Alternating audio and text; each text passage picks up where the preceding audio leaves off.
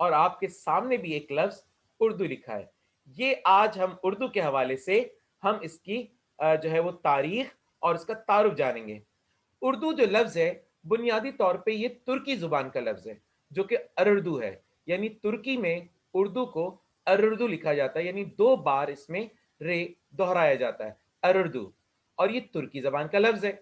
اور اس لفظ کے جو لفظی معنی ہیں وہ لشکر کے ہیں. اور لفظ اردو جو ہے 1500 کے اندر یعنی 1500 کے اندر باقاعدہ اس کا نام اردو پڑ گیا تھا. لیکن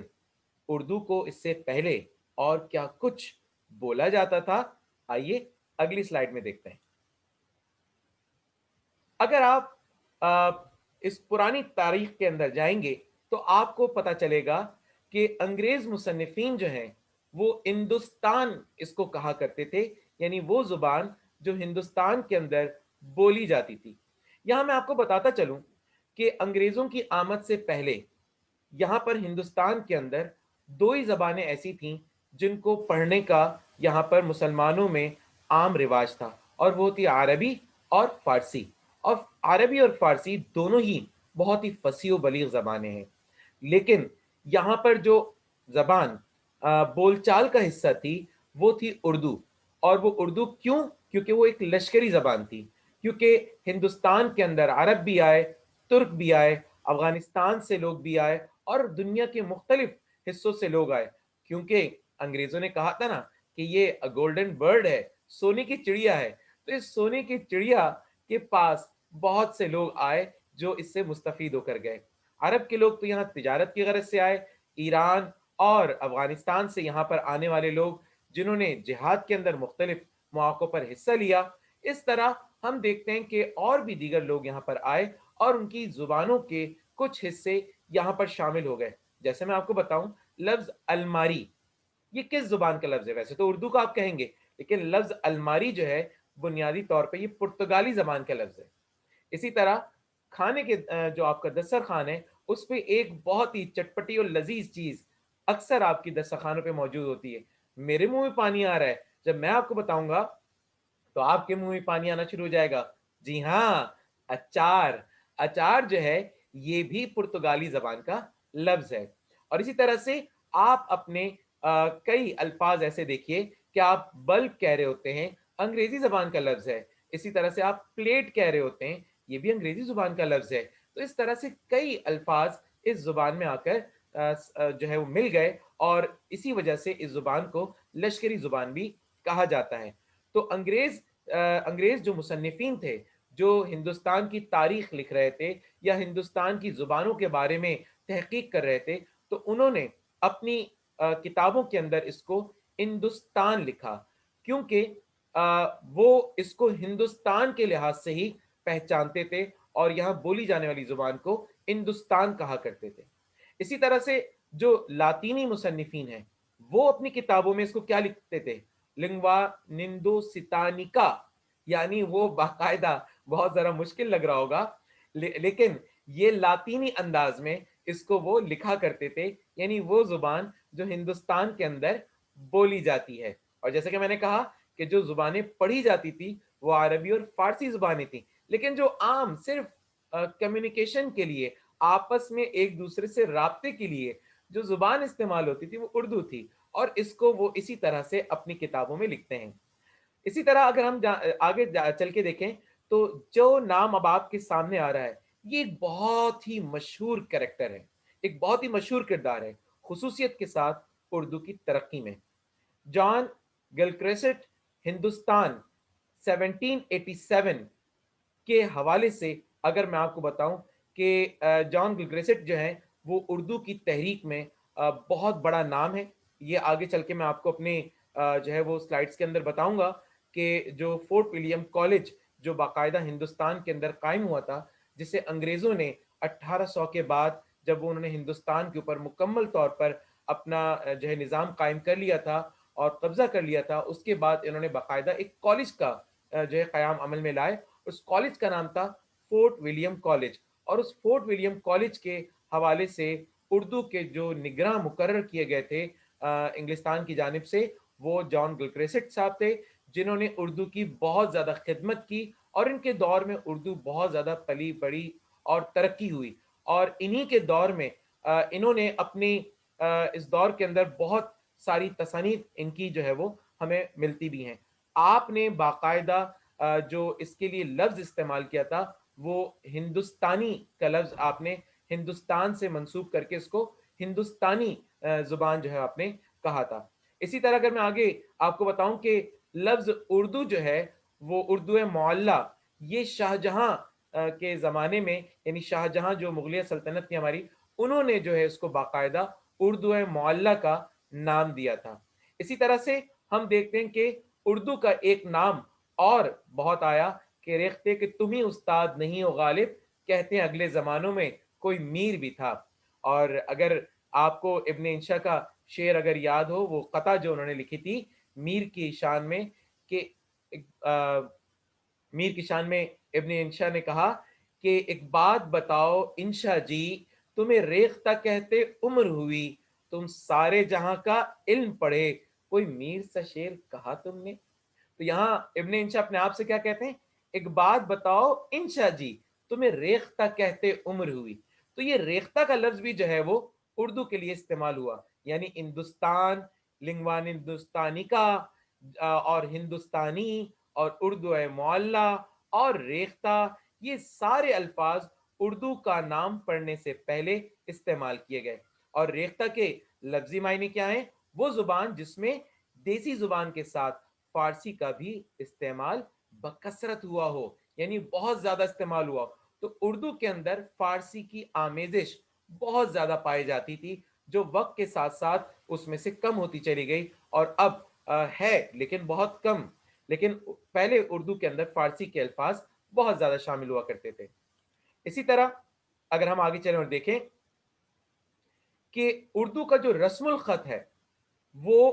فارسی اور عربی سے بہت ملتا جلتا ہے، کیونکہ میں نے آپ سے کہا نا، کیونکہ ان دو زبانوں کا بہت زیادہ اثر تھا اسی زمانے میں۔ اس زمانے میں یہی دو زبانیں پڑھی بھی جاتی تھیں، اور اردو کو جب جو ہے وجود میں لایا گیا تو بنیادی طور پر جو ہے وہ اس کے اندر بھی اسی رسم الخط کو جو ہے استعمال کیا گیا۔ اگر میں یہ بات کہوں تو غلط نہ ہوگی کہ اردو بنیادی طور پہ انگریزوں کی ایک سازش کا حصہ بھی تھی۔ اس کی وجہ یہ کہ جو دو زبانیں ہماری بہت عام تھی، جو ہماری درس و تدریس کے اندر، عربی اور فارسی، دنیا میں جتنی ترقی ہوئی انہی دو زبانوں کے اندر ہوئی تھی۔ اور انگریزوں نے جب ہندوستان کے اوپر اپنا تسلط قائم کیا تو ان کی پہلی کوشش یہ تھی کہ مسلمانوں کو ان کے فارسی اور عربی ان دو زبانوں سے دور کرنا۔ عربی سے دور کرنے کا مقصد قرآن سے دور، ان کے دین سے دور، اور اس فہم سے بھی دور ہو جانا۔ اور اسی طرح سے فارسی سے دور کرنے کا مقصد دنیا میں جتنی بڑی بڑی ہم دیکھتے ہیں کہ ایجادات ہیں، جتنی بڑی ترقی سائنس کی دنیا کے اندر ہوئی، اس میں جتنی کتابیں لکھی گئی وہ فارسی زبان کے اندر ہی لکھی جاتی ہیں، لکھی گئی ہیں۔ تو ہمیں اس علم سے بھی بالکل دور کر دیا گیا۔ نتیجہ یہ ہوا کہ انہوں نے ہمیں ایک متبادل زبان دی جو اردو کے نام سے دی، اور اسی فورٹ ولیم کالج جس کا آگے میں ذکر کرنے جا رہا ہوں، اس کے اندر باقاعدہ طور پر اردو کے اندر بہت سی کہانیوں کو جو مختلف زبانوں میں تھی ان کا ترجمہ کرایا گیا، نئی تحریریں لکھوائی گئیں تاکہ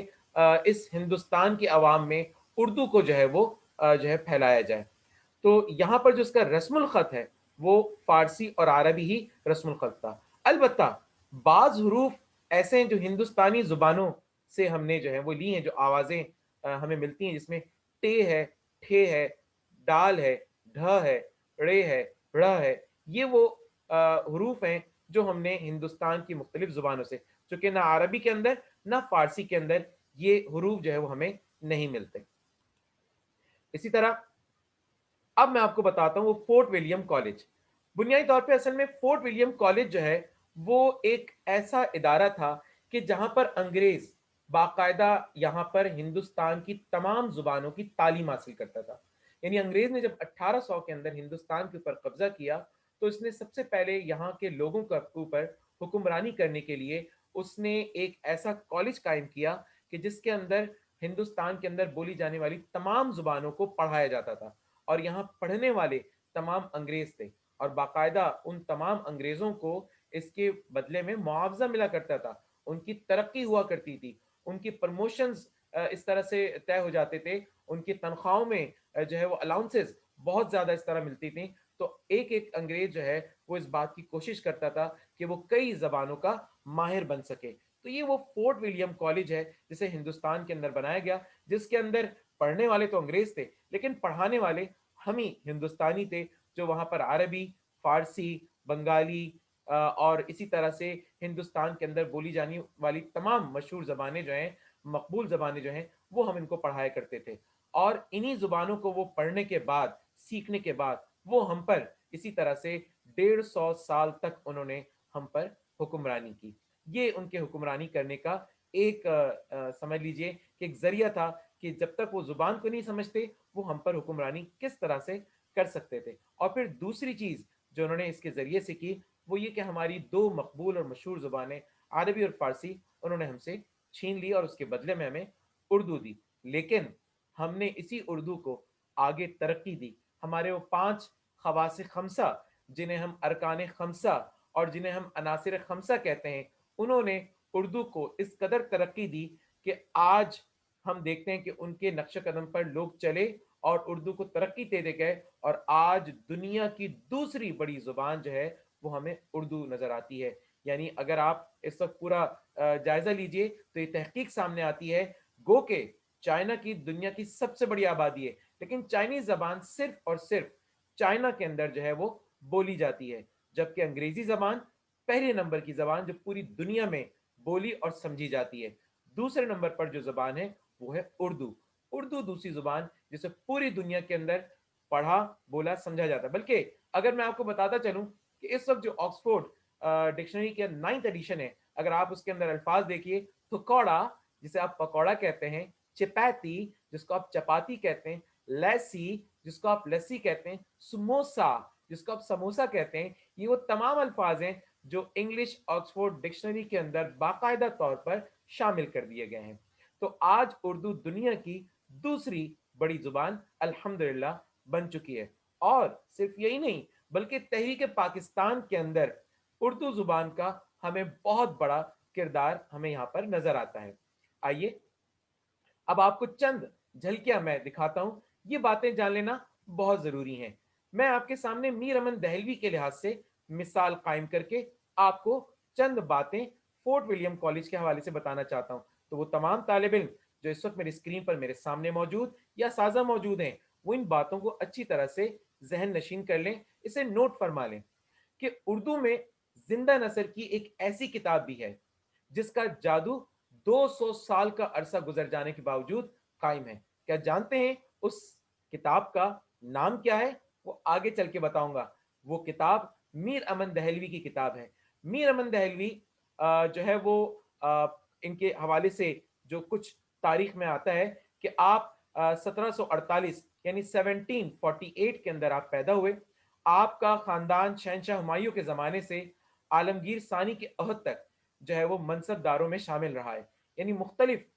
جو عہدے ہیں اس کے اوپر آپ جو ہے موجود رہے، آپ کا پورا خاندان۔ لیکن ہندوستان کے اندر ہونے والی مختلف جو جنگیں یا مختلف جو وارداتیں وہاں پر ہوئیں، اس کے نتیجے میں آپ کا جو بے شمار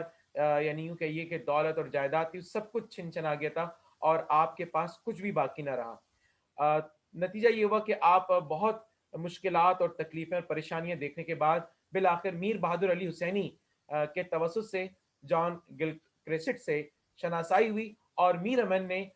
جو ہے فورٹ ولیم کالج میں ملازمت اختیار کر لی، جو کہ 4 جون 1806 تک آپ وہاں پر تصنیف و تالیف کا جو کام ہے وہ وہاں پر کرتے رہے۔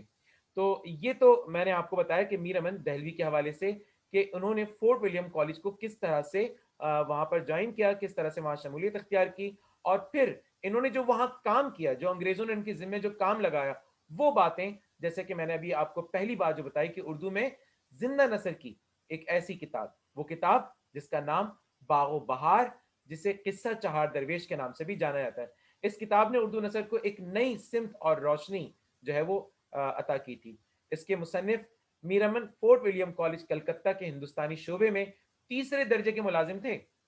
اور ان کی تنخواہ بھی دوسرے جو مصنفین جن کو انگریزوں نے وہاں پر جو ہے وہ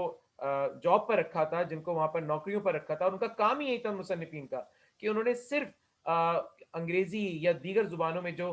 فارسی یا عربی جن زبانوں میں بھی جو ہے وہ اچھی تحریریں ہیں ان کا جو ہے وہ ترجمہ کرنا ہے تاکہ اردو زبان کو زیادہ سے زیادہ فروغ دیا جائے. تو یہاں پر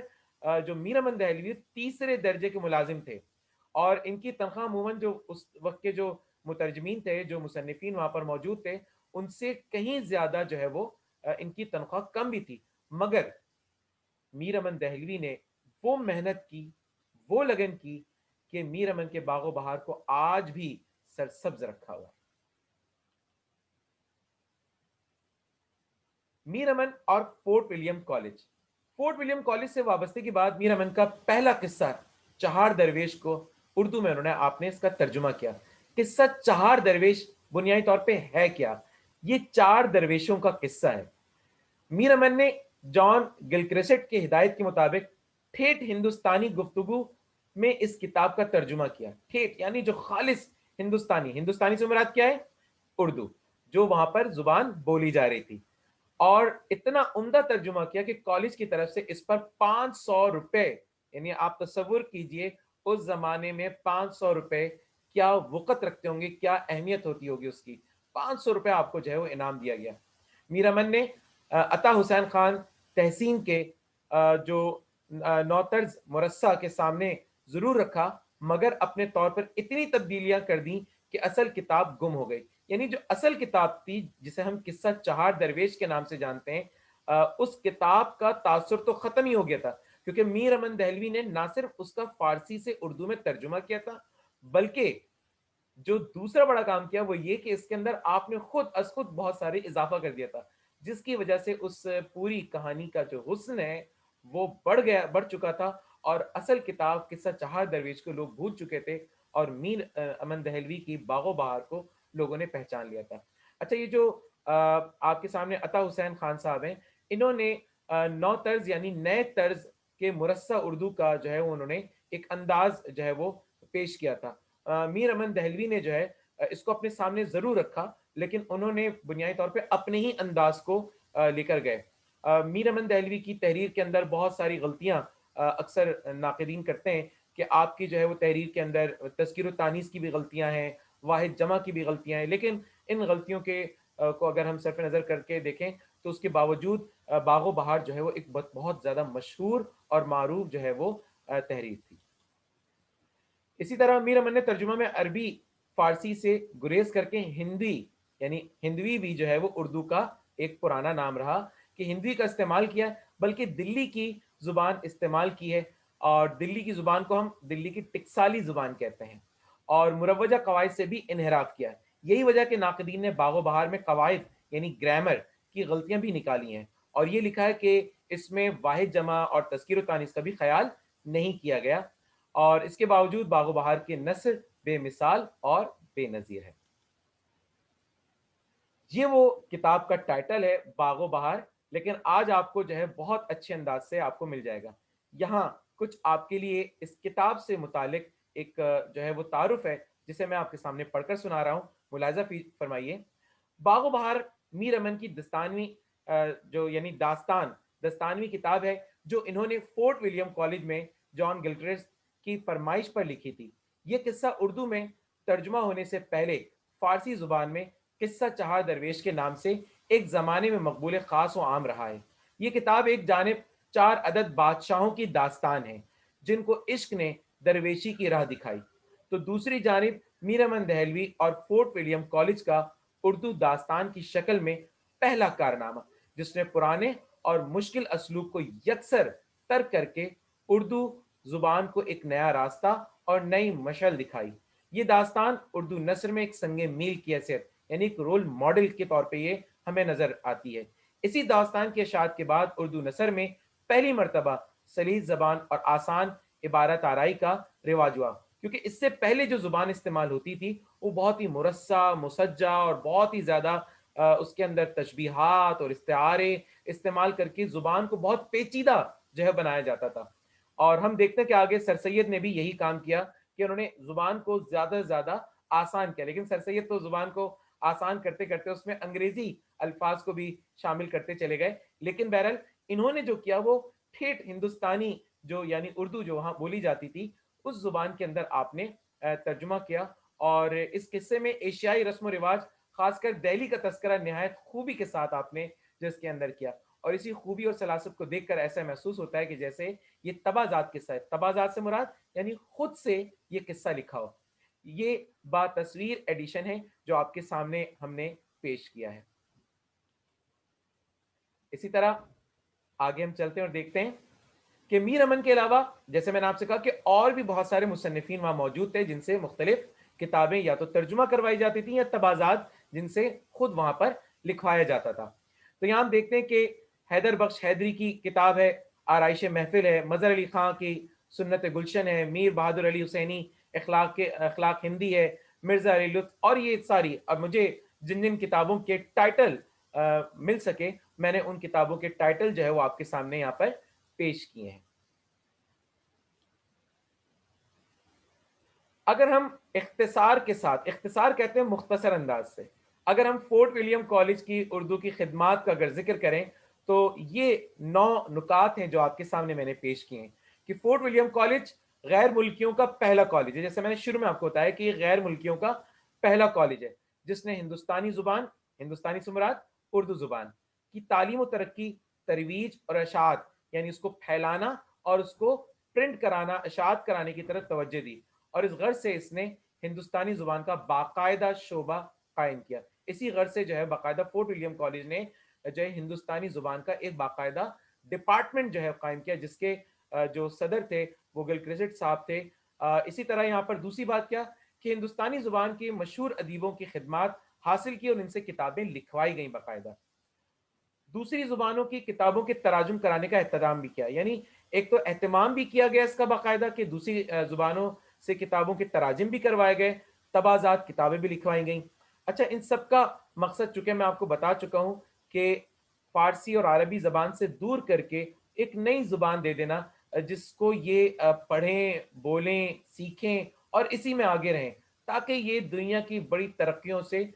غافل رہیں، دنیا میں جو ترقی ہوئی اس سے یہ دور ہو جائیں۔ یاد رکھیے گا انگریز بہت چالاک ہوتا ہے، وہ ہمیشہ 200 سال پہلے کی پلاننگ کر کے رکھتا ہے، یعنی اس کی جو منصوبہ بندی ہوتی ہے وہ ہمیشہ اسی طرح سے ہوتی ہے کہ وہ ہمیشہ جو کام اس نے 200 سال بعد کرنا ہے اس کی 200 سال پہلے منصوبہ بندی کرتا ہے۔ یعنی 1800 میں پورے ہندوستان پر قبضہ کرنے کا جو ان کا منصوبہ تھا وہ دراصل 1600 کے اندر، 1600 کے اندر باقاعدہ وہ ہندوستان کے اندر آ کے جو انہوں نے اپنی کمپنی قائم کی، اور ایسٹ انڈیا کمپنی جس کے ذریعے سے انہوں نے اپنے آپ کو تاجر کے طور پہ متعارف کرایا، لیکن دیکھتے ہی دیکھتے وہ تاجر جو ہے وہ اس پورے ہندوستان کے اوپر قابض ہو گئے۔ تو 200 سال انہوں نے اپنے اس پورے پلان کو آگے، اس منصوبے کو آگے لے کے چلے اور پھر آخر اس کے اندر کامیابی انہوں نے کی۔ اسی طرح سے یہاں پر جو انہوں نے جو چاہا تھا اس چاہت کے مطابق انہوں نے کام کا آغاز کر دیا کہ ان کے آنے والی نسلیں جو ہیں وہ ان تمام ترقیوں سے، اس فارسی اور عربی زبان سے بہت دور ہو جائیں گے، اور آج حقیقت یہی ہے، اگر آج آپ دیکھیں تو ہم فارسی اور عربی زبان ہم سے بہت دور ہو چکی ہے۔ اسی طرح اگر ہم آگے چلیں اور دیکھیں کہ کتابوں کی طباعت و اشاعت کے لیے پریس قائم کیا اور ٹائپ سے چھپائی کا انتظام کیا، یعنی باقاعدہ ٹائپ، یعنی الفاظ باقاعدہ ٹائپ ہوتے تھے، جیسے وہ اکبر الآبادی کا ایک وہ شعر بھی ہے نا کہ حرف پڑھنا پڑا ہے ٹائپ کا اور پانی پینا پڑا ہے پائپ کا، شاہ ایڈورڈ کی دہائی ہے۔ یعنی شاہ ایڈورڈ یعنی برطانیہ کا زمانہ ہے، ان کی حکومت ہے، اور اب یہاں پائپ کے ذریعے پانی پینا پڑتا ہے اور جو ہے ٹائپ کے الفاظ ہمیں یہاں پڑھنے پڑتے ہیں۔ تو اس بات کا ذکر جو ہے وہ اکبر الآبادی نے اپنی جو ہے وہ شاعری کے اندر بھی کی تھی، چونکہ انہیں لسان العصر کہا جاتا تھا، یعنی زمانے کی زبان اکبر الآبادی کو، تو وہ اس زمانے کے تمام حالات اور واقعات کو اپنی شاعری کے اندر پیش کرتے تھے۔ کالج نے قصے، کہانیوں، کتابوں کے علاوہ دوسری مفید اور دلچسپ موضوع کی بھی کتابیں جو ہیں وہ لکھوائی تھیں، جن میں قواعد کی لغت، تاریخ، تذکرہ، مذہب، اخلاق وغیرہ۔ اس کے علاوہ عمدہ کتابوں پر انعامات دینے اور کتابوں کی طباعت کے لیے امداد دینے کا آغاز کیا، یعنی باقاعدہ اس کے لیے امداد بھی مقرر کی گئی اور اس کے لیے انعامات بھی لوگوں کو دیے گئے، جیسے میں نے میر امن دہلوی کے حوالے سے 500 روپے کا انعام۔ اب یقینی طور پہ اس پہ جو رائٹرز تھے وہ ابھر کر سامنے آئے اور انہوں نے بہتر سے بہتر تحریریں جو ہیں وہ لکھی۔ شاید یہی وہ چال تھی جو ان کی پلٹ گئی انگریزوں کی، اور آج وہ اردو جو کچھ نہیں تھی آج دنیا کی دوسری بڑی زبان بن کر سامنے آئی ہوئی ہے۔ اسی طرح کہتے ہیں کہ اردو نثر کو سلیس عام فہم بنانے پر خاص توجہ دی۔ سچ تو یہ کہ فورٹ ولیم کالج نے اردو نثر کو زندگی، توانائی عطا کی اور اس کی بدولت آسان نثر نگاری کا رواج ہوا۔ ہندوستان میں یہ پہلا علمی و ادبی ادارہ تھا جس نے تعلیم کے ساتھ ساتھ تصنیف و تالیف کہتے ہیں کتابیں لکھنا، اور کتابیں لکھ کر اس کو پرنٹ کرانا یعنی چھاپنے کا جو پورا عمل ہے اسے تصنیف و تالیف کا پورا پروسیس کہا جاتا ہے، اور تصنیف و تالیف کو بھی اپنا نصب العین بنایا۔ فورٹ ولیم کالج نے اردو نثر کے ایسے اعلیٰ نمونے پیش کیے اور اتنی بے مثل کتابیں لکھوائیں کہ جن سے اردو ادب کے سرمائے میں قابل قدر جو ہے وہ اضافہ ہوا۔ تو اب ہم اپنے سیشن کے بالکل اختتام کی جانب آ گئے ہیں۔ ہم آپ کو بتانے جا رہے ہیں کہ انشاءاللہ تعالی ہم آپ کو اپنے ہر سیشن کے اندر کیا کیا چیزیں ہم آپ کو دینے جائیں گے۔ ہمارے اس سیشن میں آپ کے لیے ہوگا نئے الفاظ کا تعارف، ذخیرہ الفاظ جسے ہم کہتے ہیں ویکیبلری، الفاظ کا درست املا، اسباق کی تدریس، 9th میٹرک میں پڑھائے جانے والے تمام اسباق، ان کا بھی لیکچر ہم آپ کے لیے یہاں پر رکھیں گے۔ فرسٹ ایئر کے لیے الگ سیشن ہوگا، سیکنڈ ایئر کے لیے الگ سیشن وہ کرے گا۔ ابتدا میں ہم تینوں کلاسز کو ایک ساتھ لے کے چلیں گے، اور اس کے بعد انشاءاللہ تعالی شروع کے 5-6 لیکچرز کے بعد میٹرک اور 9 کے لیے الگ لیکچرز ہوں گے۔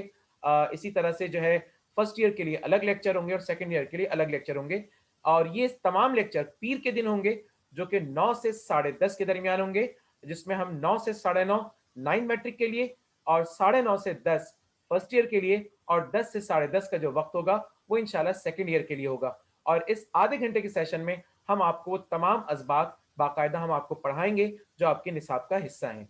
اسی طرح سے اس میں ہم ان بچوں کو بھی آگے موقع دیں گے کیونکہ میرے اس فورم کے اندر ایسے لوگ موجود ہیں، ایسے شاگرد اور ایسے اساتذہ موجود ہیں جو ماشاءاللہ شاعری بھی کرتے ہیں، بہت خوبصورت تحریریں بھی لکھتے ہیں۔ ہم ان کی تحریروں کو بھی آپ کے سامنے لے کر آئیں گے، ان کی کاوشوں کو بھی آپ کے سامنے لے کر آئیں گے۔ اس کے علاوہ ہم متعارف کرائیں گے اصناف ادب، اور ہمارا جو پہلا لیکچر ہے وہ اصناف ادب کے اوپر ہی ہوگا، کیونکہ وہ تینوں کلاسز کے لیے 9 matric first year second year کے لیے چاروں کلاسز کے لیے جو ہے وہ یکساں ایک ہی جو ہے وہ چیز ہے اصناف ادب، جس کے اندر ہم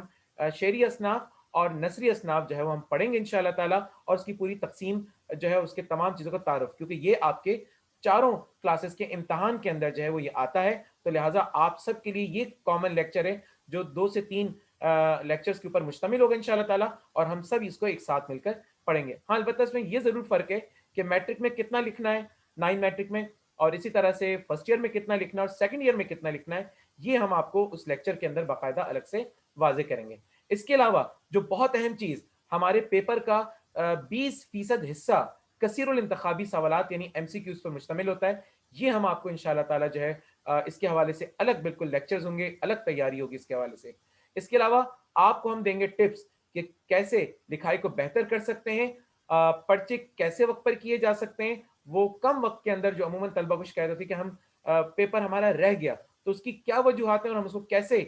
ٹھیک کر سکتے ہیں، اور اردو میں کس طرح سے ہم اچھے نمبر لے کر آ سکتے ہیں۔ یہ وہ تمام چیزیں ہیں جو ہم آپ کے لیے اپنے سیشن کے اندر جلد لے کر آ رہے ہیں انشاءاللہ۔ ہر پیر رات 9 بجے آپ سب نے جو ہے وہ ہمارے ساتھ اس سیشن کے اندر شامل ہو جانا ہے۔ تو جناب یہ تھا ہمارا آج کا لیکچر۔ امید کرتا ہوں کہ آپ نے ہمارے اس لیکچر کو پسند کیا ہوگا۔ اگر آپ کو ہمارا یہ لیکچر اچھا لگا تو اسے لائک کیجئے، اسے شیئر کیجئے، اور بیل کے آئیکن کو کلک کرنا نہ بھولیے۔ یہ ہمارا واٹس ایپ نمبر جسے آپ نے اپنے موبائل کے اندر محفوظ کر لینا ہے، کیونکہ اسی کے ذریعے سے آپ کو تمام تر اطلاعات دی جائیں گی۔ تو امید کرتا ہوں کہ انشاءاللہ تعالی آپ اس میں بھرپور اپنا حصہ بھی ادا کریں گے، اور ہمیں کمنٹ سیکشن کے اندر اس حوالے سے آرا بھی دیں گے، اور ہمارے اس پروگرام کے حوالے سے اگر آپ کو یہ پروگرام اچھا لگا تو اس میں آپ یقینی طور پہ ہمیں ہماری حوصلہ افزائی بھی کریں گے۔ اور کیونکہ جب کوئی کام لے کے آگے بڑھتا ہے اور نیک نیتی کے ساتھ بڑھتا ہے تو اسے ضرورت ہوتی ہے کہ لوگ اس کی حوصلہ افزائی کریں۔ تو میں چاہوں گا کہ جہاں پر آپ اصلاح سمجھتے ہیں وہاں ہماری اصلاح کیجیے، اور جہاں آپ سمجھتے ہیں کہ ہماری جو ہے وہ یہاں پر تعریف ہونی چاہیے، حوصلہ افزائی ہونی چاہیے، تو وہاں ضرور کیجیے، چونکہ آپ کے انہی حوصلوں کے نتیجے میں ہم آگے بڑھیں گے اور آپ کے لیے نئی چیزیں آپ کے لیے انشاءاللہ تعالیٰ لے کر آئیں گے انشاءاللہ تعالیٰ۔ اسی کے ساتھ اپنے ٹیچر احمد صمد خان کو اجازت دیجیے۔ وآخر دعوانا ان الحمد للہ رب العالمین۔